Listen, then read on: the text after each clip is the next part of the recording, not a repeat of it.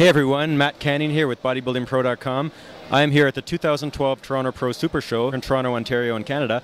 I am here with Mike Van Wyck. Mike, I first heard about you at the 2010 New York Pro and I thought you looked very good there. That's a show that they like big guys, so they like guys that are big and in shape. How did you feel at that show, and what did you make of your placing and your results there and your look?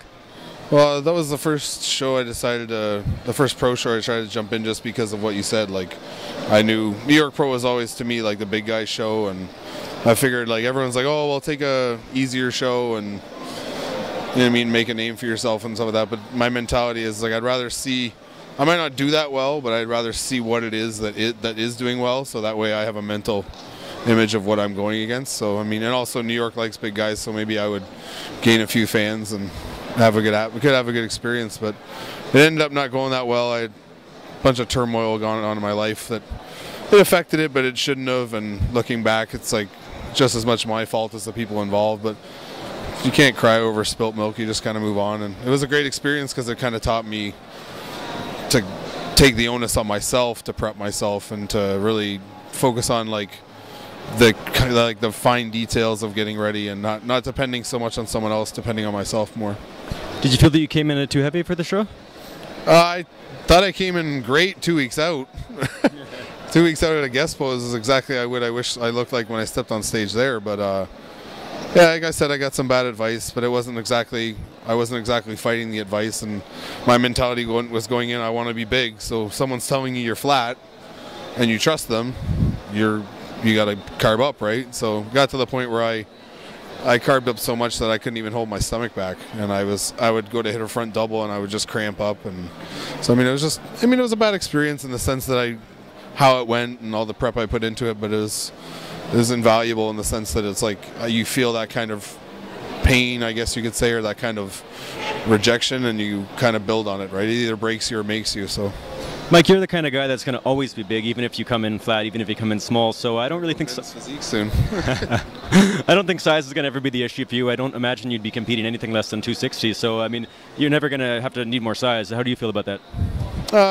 Yeah, I mean, a lot of people are concerned about getting bigger, and this guy want to put on this weight, and I want to get this bigger and this and that. I'm not too concerned about how much weight I'm pushing. As I mean, I feel like I have a good amount of mass now. It's just kind of me fine-tuning it and bringing up the parts I need to bring up, like my legs, which I've been hammering for the past 2 years, and I made a lot of improvements to them in the last year's Toronto Pro, and brought my waist down and really focused on bringing up my arms and stuff, like things that are harder for bigger guys because we're long-limbed, right? So to take things off the body and put them out on the extremity is kind of tough, right? Anybody 6 feet or over for sure, but you know, you still have size despite the height, and every bodybuilder wants to get bigger, but I don't think you're gonna have to worry. Oh, Antoine, but I don't think you're gonna have to worry about that. Now, Mike, a little bit later, that's 2011 Olympia at the Animal booth. I know you had a little bit of an injury there, a slight pec tear. Now, can you tell us a little bit about that, and did that set you back any? And what are your future thoughts on the recovery and so on? You know, I was part of the demo for Animal. I mean, you're always pushing big weight, and there's powerlifters and stuff like that. And I have experience pressing 200-pound dumbbells. I've done it over a dozen times in my life. I've actually done it on film for another website. Like, I have it documented on film, so it's something I've accustomed to doing. But I just wasn't accustomed to doing it at that time. I kind of stopped doing it because what the hell is the point? But they knew I did it, and I offered. They were like, "You want to do an expo?" I said, "Sure." Like, what do you have in mind? I was like, well, why don't I just press the 200s? Because that's something I'm accustomed to, right? And it's kind of impressive. And so I went to it, and I showed up in Vegas. I got sick that night, actually. I got sick on the plane right over, and I just felt dehydrated. I felt kind of out of it. I didn't sleep right, and I just felt kind of off that day. And sure enough, when I went to do the 200s, I couldn't kick them up. And I've never had that problem in my life. I've never, ever kicked up a weight and dropped it. I can't even remember until that day. So as soon as I dropped it, that kind of screwed me mentally, but I was like, maybe I'm just off. And there's a lot of people around, it's pressure, so I kicked them up the second time, and as soon as I went to open up my right arm and twist open, it just popped.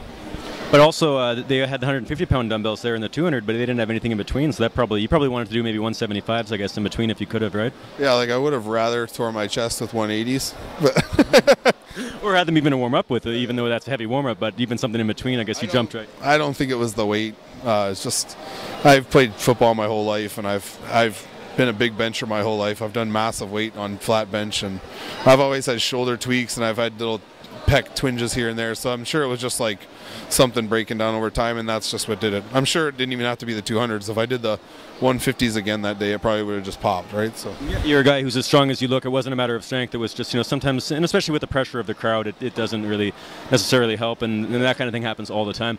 Now, Mike, I know that yesterday you did the wrap-up with RX Muscle. I think you did a really good job there. How do you like being sort of behind the camera, involved in that the reviewer side of the industry?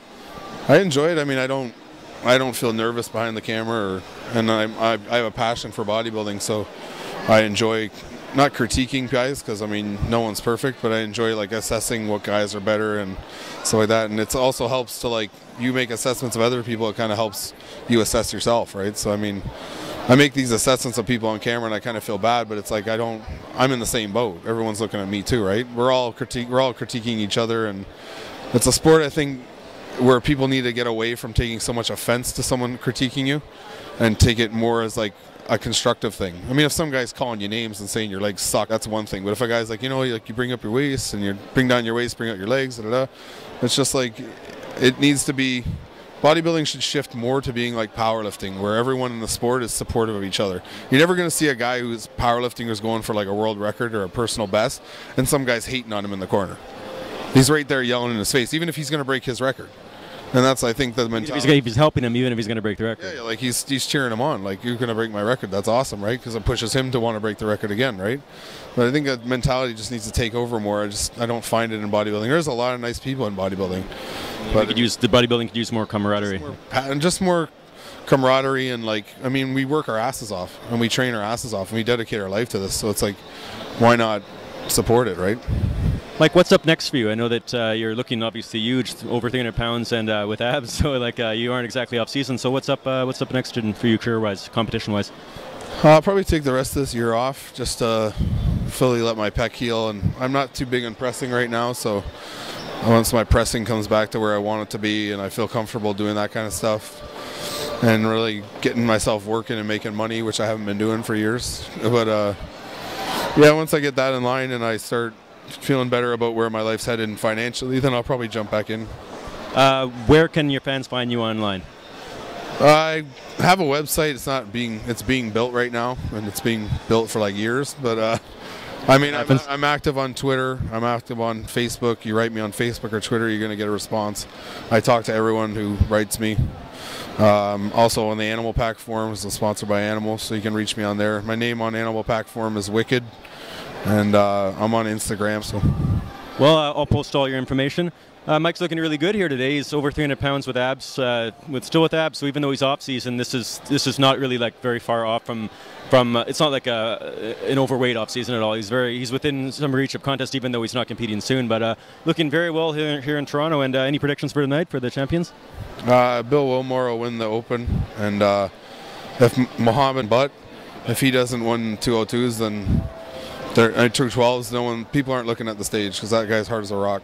Yeah, I think that you're right about Bill Wilmore for sure. But you ever think that you maybe could have gone in there and done pretty well? No.